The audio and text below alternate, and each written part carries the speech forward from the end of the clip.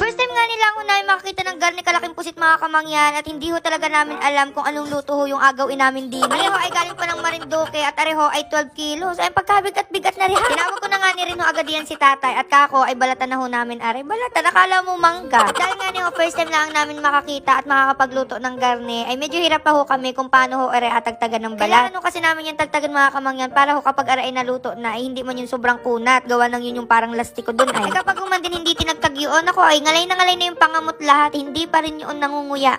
Pinagtulong-tulungan na nga ni ho namin are mga kamangyan at sa wakas abay, natatagtag din naman yung balat kahit pa paano. Hirap na hirap po man din kami sa pagtagtag palaang ng balat mga kamangyan. Pero yung mga expert na ho, wow expert, yung mga nasa palengke, basic na lang sa kanila yung mga pagtagtag ng gayaan. Akala nyo man din pag ating nila nagakaliskis lang ng tilapia, aroy Ay kahit nga ni ho aring si tatay, ngayon lang daw ho nakakita ng garne. At alam ko naman na sa loob-loob na rin ay sobrang saya niya. Dahil alam nyo na, sobrang laki na rin, pang isang buwan yung pampulutan. Huy, sana